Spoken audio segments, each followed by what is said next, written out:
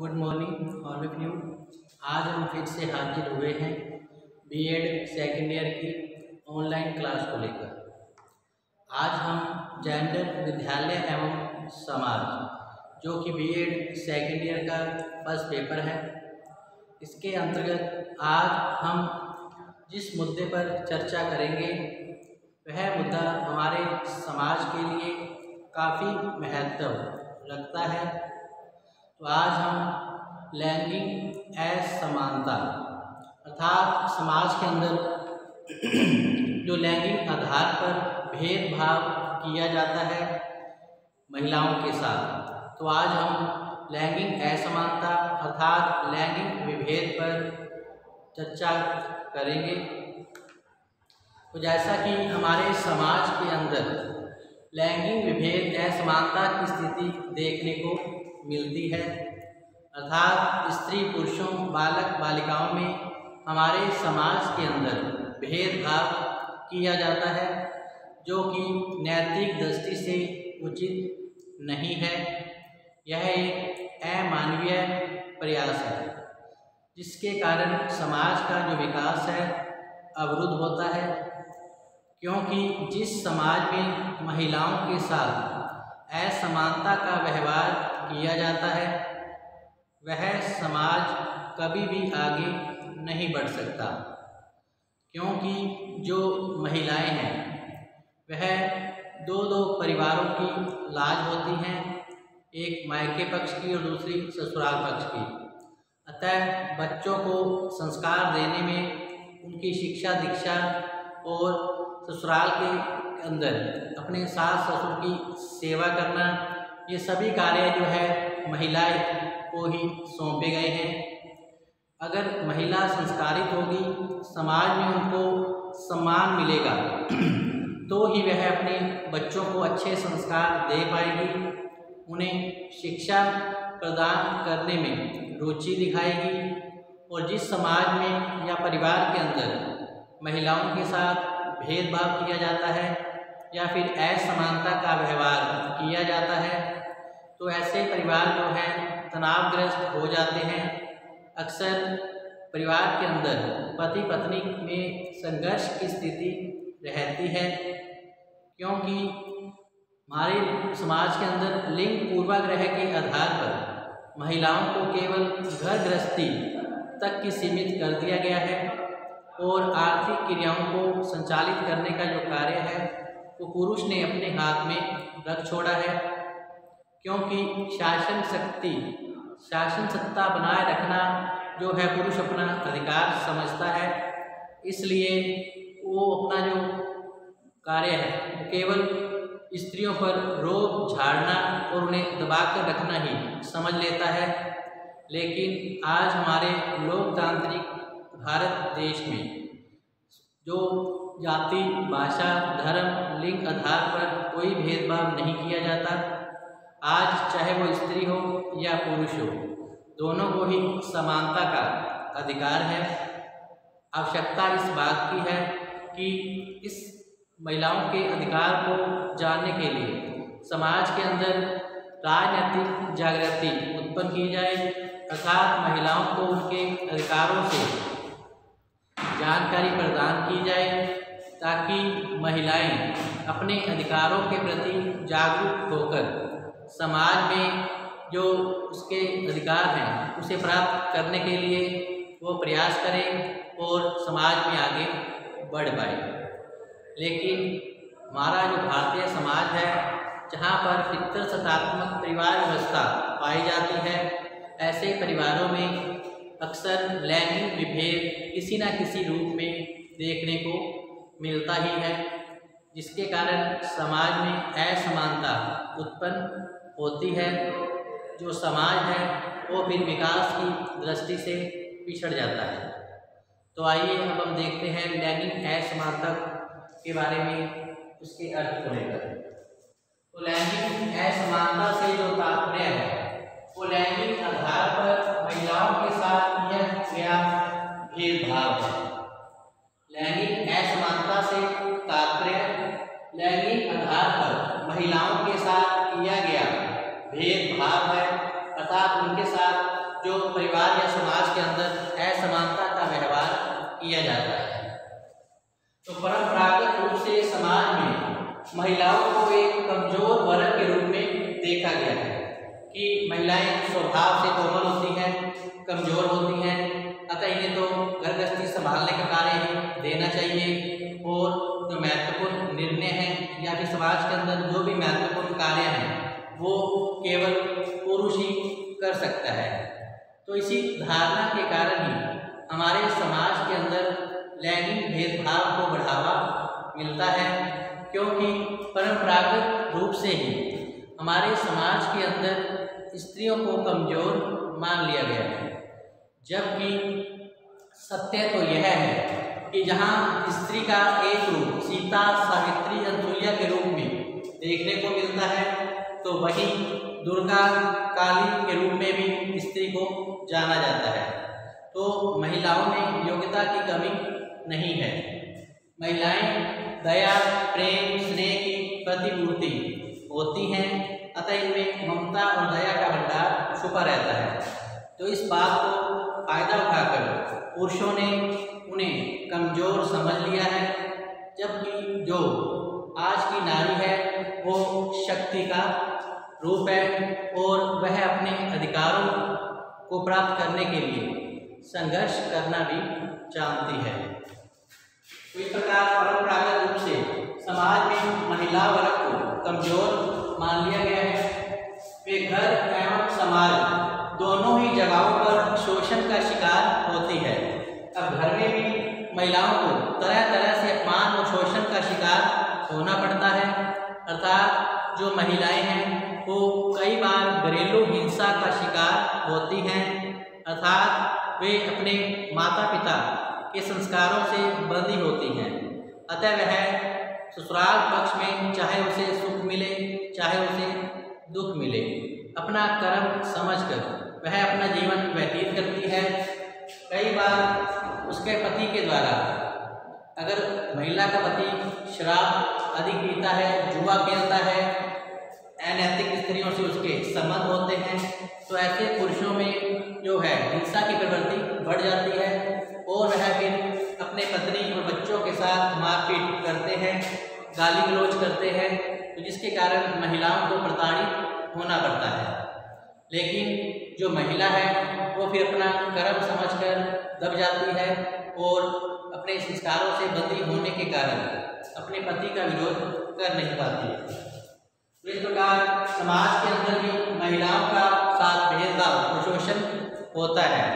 अक्सर महिलाएं जब भी किसी कार्य हेतु घर से बाहर निकलती हैं तो उन्हें उनके साथ अनेक घटनाएं घटित हो सकती हैं, जैसे कि छेड़छाड़ की घटनाएं, लड़कों के द्वारा, जो लोफर लड़के हैं उनके द्वारा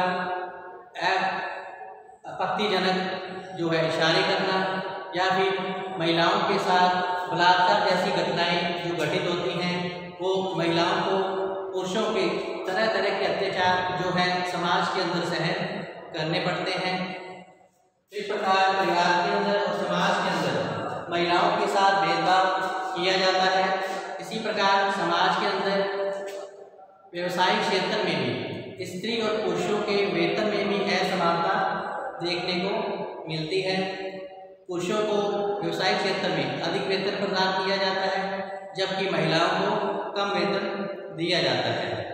जबकि अधिनियम के द्वारा समान पारिश्रमिक वेतन के रूप में मान्यता दी गई है, लेकिन फिर भी समाज के अंदर आज भी महिलाओं को व्यवसायिक क्षेत्र में पुरुषों की तुलना में कम वेतन दिया जाता है और उन्हें तरह तरह से प्रताड़ित किया जाता है।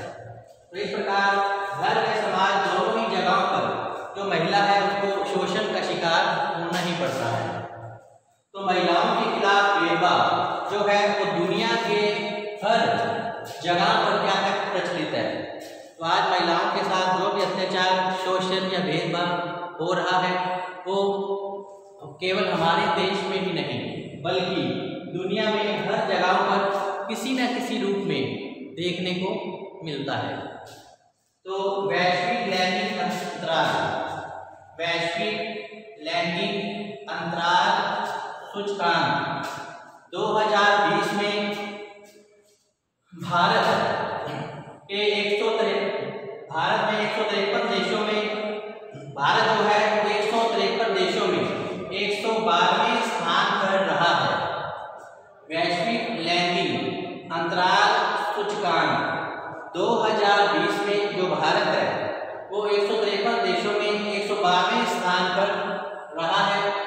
तो इससे साफ पता चलता है कि हमारे देश में लैंगिक भेदभाव की जो जड़ें हैं वो कितनी मजबूत है, अर्थात हमारे समाज के अंदर जो लैंगिक भेदभाव है अर्थात स्त्री पुरुषों में जो असमानता की स्थिति है उसकी जड़ें इतनी अधिक मजबूत है कि स्त्रियों की दशा काफ़ी निम्न स्तर की होने लगी है।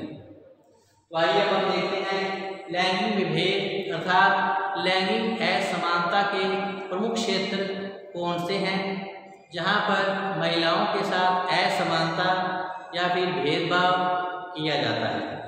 तो आइए चलते हैं लैंगिक असमानता के क्षेत्र और फिर हम जानकारी प्राप्त करेंगे लैंगिक असमानता के हमारे समाज के अंदर कौन कौन से प्रमुख कारक हैं उनके बारे में जानकारी प्राप्त करेंगे। तो सबसे पहले लैंगिक असमानता का क्षेत्र। तो लैंगिक असमानता के क्षेत्र में सबसे पहला हेडिंग जो है वो है सामाजिक क्षेत्र में जो लैंगिक असमानता देखने को मिलती है। नंबर 2 आर्थिक क्षेत्र में, नंबर 3 राजनीतिक क्षेत्र में, नंबर 4 विज्ञान के क्षेत्र में, नंबर 5 मनोरंजन के क्षेत्र में, इसी प्रकार नंबर 6 पर है खेल के क्षेत्र में।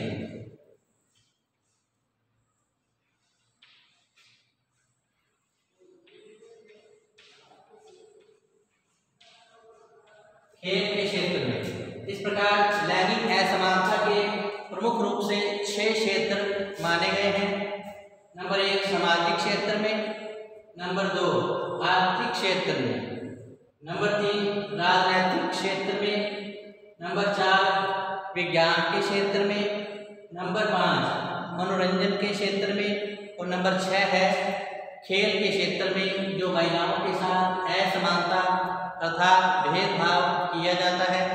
इसके कारण महिलाओं की जो दशा है निम्न हो जाती है। सबसे पहले है सामाजिक क्षेत्र में। तो भारतीय समाज के अंदर महिलाओं को क्या घरेलू कार्य के योग्य ही समझ लिया जाता है। हमारे भारतीय समाज के अंदर महिलाओं को केवल घरेलू कार्य करने के योग्य ही मान लिया जाता है और घरों में महिलाओं का जो मुख्य कार्य है वह परिवार जनों के व्यक्तियों के लिए भोजन की व्यवस्था करना, बच्चों का लालन पालन करना, उनकी शिक्षा दीक्षा की देखरेख करना, अतिथि सत्कार करना, अपने सास ससुर की सेवा करना समझ लिया गया है। और अक्सर घरों में लिए जाने वाले जो महत्वपूर्ण निर्णय होते हैं उसमें भी महिलाओं की कोई सहभागिता नहीं होती है, अर्थात महिलाओं की भूमिका घर के महत्वपूर्ण निर्णयों के अंतर्गत नगण्य ही रहती है। महिलाओं के मुद्दों से संबंधित विभिन्न सामाजिक संगठनों में भी महिलाओं की जो संख्या है वो बहुत कम या न्यूनतम पाई गई है। तो जिसके कारण जो लैंगिक असमानता है उसका जो विकराल रूप है वो फिर हमें देखने को मिलता है। इस प्रकार सामाजिक क्षेत्र के अंतर्गत महिलाओं और पुरुषों में जो विभेद की स्थिति है अर्थात महिलाओं के साथ जो असमानता का व्यवहार किया जाता है जिससे समाज विकास की दृष्टि से पिछड़ जाता है, क्योंकि सामाजिक क्षेत्र के अंतर्गत महिलाओं को केवल गृह गृहस्थी तक ही सीमित कर दिया गया है। घर के महत्वपूर्ण मामलों में निर्णय लेने का जो अधिकार है वो केवल पुरुष ही ले सकता है।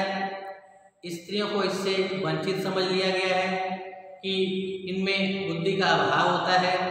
ये भला इस महत्वपूर्ण निर्णय में अपनी क्या सलाह दे सकती है। तो इस प्रकार सामाजिक क्षेत्र में महिलाओं के साथ भेदभाव किया जाता है, तो जिसके कारण महिलाओं की दशा खराब होने लगी। नेक्स्ट है आर्थिक क्षेत्र में। इसी प्रकार सामाजिक क्षेत्र के साथ साथ आर्थिक क्षेत्र में भी महिलाओं के साथ भेदभाव देखा जाता है। अब आर्थिक क्षेत्र में कार्यरत महिलाओं और पुरुषों के पारिश्रमिक में भी अंतर देखने को मिलता है। अक्सर औद्योगिक क्षेत्रों में महिलाओं को प्रायः पुरुषों से कम वेतन प्रदान किया जाता है। यहाँ तक कि रोजगार के अवसरों पर भी पुरुषों को ही प्राथमिकता दी जाती है और महिलाओं को इसमें प्राथमिकता नहीं रहती है। इस प्रकार आर्थिक क्षेत्र में महिलाओं के साथ भेदभाव किया जाता है।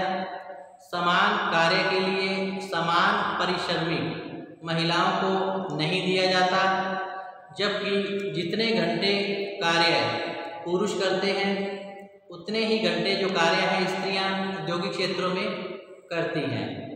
जबकि एक समान मेहनत स्त्री और पुरुष दोनों ही करते हैं, एक ही प्रकार का कार्य संपन्न किया जाता है, फिर भी समाज के अंदर स्त्रियों को पुरुषों के मुकाबले वेतन कम दिया जाता है। तो इस प्रकार आर्थिक क्षेत्र में भी महिलाओं के साथ भेदभाव किया जाता है, जो कि नैतिक दृष्टि से उचित नहीं है। इसी प्रकार 3 नंबर पर है हमारा हेडिंग राजनीतिक क्षेत्र में। तो राजनीतिक क्षेत्र में भी महिलाओं के साथ असमानता या विभेद की स्थिति देखने को मिलती है। जैसे कि सभी राजनीतिक दल लोकतांत्रिक होते हुए समानता का दावा करते तो जरूर हैं, परंतु वे न तो चुनाव में महिलाओं को प्रत्याशी के रूप में टिकट देते हैं और न ही दल के प्रमुख पदों पर उनकी नियुक्ति प्रदान की जाती है। अगर इलेक्शन में महिला विजय घोषित हो भी जाती है तो उससे संबंधित जितने भी अधिकार हैं वो पुरुष अपने हाथ में रख लेता है और स्त्री को केवल महत्वपूर्ण कागजों पर सिग्नेचर करने के रूप में ही उससे कार्य लिया जाता है। अर्थात स्त्री को राजनीतिक क्षेत्र से संबंधित कार्यों के लिए जो पुरुष है योग्य नहीं समझता है। लेकिन आज इस दृष्टिकोण में परिवर्तन आया है। आज की जो महिलाएं हैं राजनीतिक क्षेत्र में उतर रही हैं और अपनी योग्यता का परिचय देने लगी है। आज उसकी प्रतिभा निखर कर सामने आने लगी है और वह अपने अधिकारों का प्रयोग निडर होकर कर रही है। लेकिन फिर भी किसी न किसी रूप में राजनीतिक क्षेत्र में महिलाओं के साथ असमानता और विभेद की जो स्थिति है वो दिखाई पड़ती है। अर्थात महिलाओं को राजनीतिक क्षेत्र में भी असमानता का व्यवहार किया जाता है। इसी प्रकार नेक्स्ट है विज्ञान के क्षेत्र में। लैंगिक विभेद केवल सामाजिक, आर्थिक या राजनीतिक क्षेत्र में ही देखने को नहीं मिलता, बल्कि महिलाओं के साथ जो भेदभाव है अर्थात असमानता है वो विज्ञान के क्षेत्र में भी देखने को मिलती है। जैसे कि जब हम वैज्ञानिक समुदाय पर ध्यान देते हैं तो यह पाते हैं कि प्रगतिशील विचारधारा पर आधारित है। इस समुदाय में स्पष्ट रूप से लैंगिक असमानता दिखाई पड़ती है। वैज्ञानिक समुदाय में या तो महिलाओं को प्रवेश ही मुश्किल से हो पाता है, वैज्ञानिक समुदाय में या तो महिलाओं का प्रवेश ही मुश्किल से हो पाता है या फिर उन्हें कम महत्व के प्रोजेक्ट में उसे लगा दिया जाता है। तो इस प्रकार विज्ञान के क्षेत्र में भी महिलाओं के साथ असमानता देखने को मिलती है। यह विडंबना ही है कि हम मिसाइल मैन के नाम से प्रसिद्ध स्वर्गीय श्रीमान APJ अब्दुल कलाम से तो परिचित हैं, लेकिन मिसाइल वुमेन ऑफ इंडिया के नाम से जो प्रसिद्ध है टेसी थॉमस जो कि वुमेन ऑफ इंडिया के नाम से प्रसिद्ध है, इस नाम से बहुत ही कम लोग परिचित होंगे। तो इस प्रकार विज्ञान के क्षेत्र में भी पुरुषों का वर्चस्व स्थापित है और महिलाओं की जो भूमिका है वो गौण ही रहती है। तो इसी प्रकार विज्ञान के क्षेत्र में भी महिलाओं के साथ भेदभाव अर्थात असमानता दिखाई पड़ती है, जो कि सही नहीं है। नेक्स्ट है मनोरंजन के क्षेत्र में। इस प्रकार लैंगिक असमानता विज्ञान के क्षेत्र में तो है ही है, मनोरंजन के क्षेत्र में भी हमें स्त्री और पुरुषों के मध्य असमानता देखने को मिलती है, क्योंकि फिल्म जगत में अभिनेत्रियों को अभिनेताओं की तुलना में कम वेतन दिया जाता है और जो फिल्में होती हैं वो भी अधिकतर पुरुष प्रधान ही होती हैं। महिला प्रधान फिल्में बहुत कम बन पाती हैं। अक्सर फिल्मों में अभिनेत्रियों का जो स्थान है वो मुख्य रूप से नहीं दिया जाता, बल्कि उन्हें अंग प्रदर्शन करने या नाच गाने के रूप में ही उनको प्रयोग में लिया जाता है। जो महत्वपूर्ण भूमिकाएं होती हैं वो पुरुषों के हिस्से में ही जाती हैं। इसी के साथ साथ उनके वेतन में भी काफ़ी अंतर देखने को मिलता है। जो अभिनेता लोग होते हैं उन्हें अभिनेत्रियों की तुलना में बहुत अधिक वेतन प्रदान किया जाता है, क्योंकि जो डायरेक्टर और प्रोड्यूसर हैं वो यही समझते हैं इस फिल्म की जो जिम्मेदारी या जो फिल्म की जो मजबूती है वो अभिनेता के कंधों पर ही है। तो महिलाओं की भूमिका इसमें मुख्य रूप से नहीं रखी जाती। तो इस प्रकार अभिनेत्रियों को अभिनेताओं की तुलना में कम वेतन दिया जाता है। तो यही कारण है कि खेल जगत में भी अभिनेता और अभिनेत्रियों के वेतन में जो है असमानता दिखाई पड़ती है और अभिनेत्रियों को शोषण का शिकार होना पड़ता है। इसी प्रकार अगला जो क्षेत्र हमारा वो है खेल का क्षेत्र। तो इसी प्रकार खेल के क्षेत्र में भी महिलाओं में असमानता दिखाई पड़ती है, अर्थात स्त्री और पुरुषों में जो असमानता की स्थिति देखने को मिलती है, क्योंकि खेल में मिलने वाली पुरस्कार की जो राशि है वो पुरुष खिलाड़ियों के मुकाबले पुरुष खिलाड़ियों की बजाय महिलाओं को जो है कम मिलती है।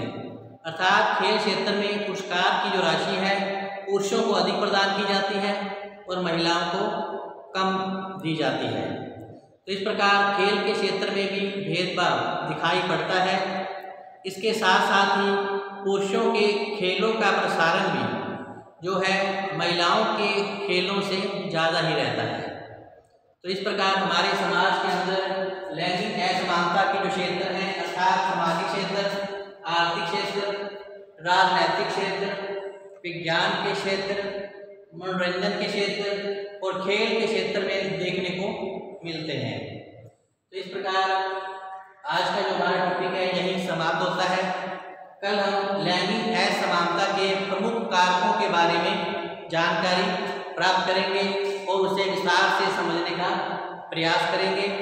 अर्थात लैंगिक असमानता के जो कारक हैं जैसे पितृसत्तात्मक परिवार व्यवस्था, प्राचीन परंपराएं और मान्यताओं का पाया जाना, समाज की संकीर्ण सोच, अशिक्षा, आर्थिक तंगी, सरकार की उदासीनता, सांस्कृतिक कुप्रथाएं, दोषपूर्ण शिक्षा प्रणाली, उच्च वैधानिक संस्थाओं में